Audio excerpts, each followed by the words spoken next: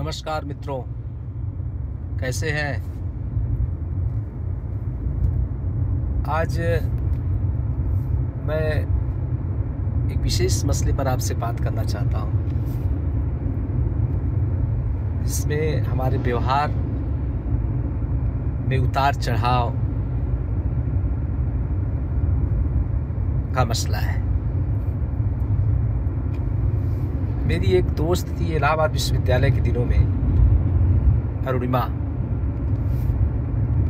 वो संगीत की विद्यार्थी थी, लेकिन साहित्य में भी उसकी बहुत रुचि थी। विश्वविद्यालय की लाइब्रेरी में अक्सर उससे हमारी मुलाकात होती थी और उससे मुझे संगीत के तमाम पहलुओं पर बहुत ज़्यादा कुछ सीखने को मिला है। जो भी कुछ सीख पाया हूँ या संगीत में जो इंटरेस्ट बना सिद्धांत के रूप में शास्त्रीय संगीत के क्षेत्र में खास तौर से, वो अरुणिमा की ही देन है। आज जब मैं उठते हुए, गिरते हुए और तमाम प्रकार के व्यवहार को देखता हूँ, तो उसके बताए हुए सिद्धांत मुझे याद आते हैं। वो बताती थी कि श्रुतियाँ 3 तरह की होती हैं। शास्त्रीय संगीत में श्रुतियाँ 3 तरह की होती हैं: आयत, मृदु और क्या बताती थी, मध्यम। यानी श्रुतियाँ 3 प्रकार की होती हैं: आयत, मृदु और मध्यम। अंग्रेजी में, फिजिक्स में जो नोट्स, जब हम ध्वनियाँ पढ़ते हैं तो उसमें नोट्स और इत्यादि पढ़ते हैं, तो शायद उसी के बारे में है। जैसे मान लीजिए, अगर बीड़ा कोई बजा रहा है, तो जब बीड़ा की आवाज़ नीची जाती है, उसके बीट्स नीचे जाते हैं, तो वो आयत होता है। और जब उसकी आवाज़ ऊंची उठती है, इंक्रीजिंग ऑर्डर में होता है, तो वो मृदु होता है। और जब जहाँ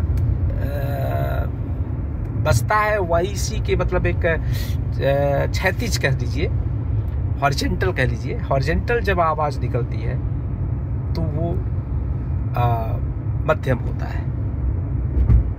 संगीत में राग के लिए हम इन तीनों श्रुतियों का प्रयोग करते हैं।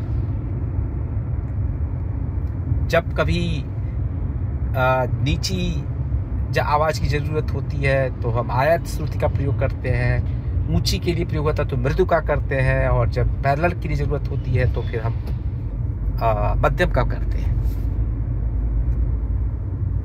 उसी प्रकार हमारे जीवन में व्यवहार भी होने चाहिए। जिस तरह संगीत हमको आकर्षित करती है, उसी तरह से हमारा व्यवहार भी हमको आकर्षित करता है।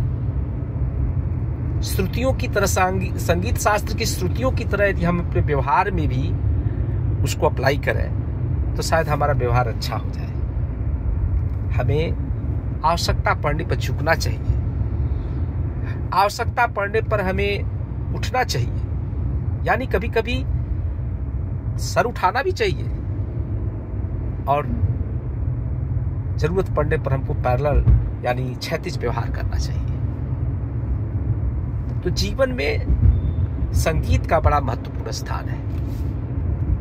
मैंने बड़ा ढंग से देखा है कि जिन लोगों ने ऐसे ही स्वाभाविक रूप से, भले वो संगीत शास्त्र के ज्ञाता न रहे हों, लेकिन उनके जीवन में जब व्यवहार की इन तीनों श्रुतियों का प्रयोग होता है तो वो निश्चित ही अच्छे व्यवहार वाले व्यक्ति माने जाते हैं, और उनसे उनका प्रभाव समाज पर, लोगों पर ज़्यादा होता है।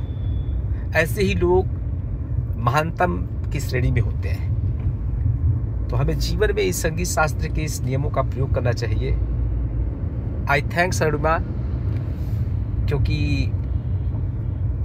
उसके इस सिद्धांत का प्रयोग मेरे व्यवहारिक जीवन के लिए अनुप्रयोग के रूप में किया है। और अगर तुम इस वीडियो को देखना तो मैं तुम्हारा आभार प्रकट करता हूँ। बहुत बहुत धन्यवाद। Thank you.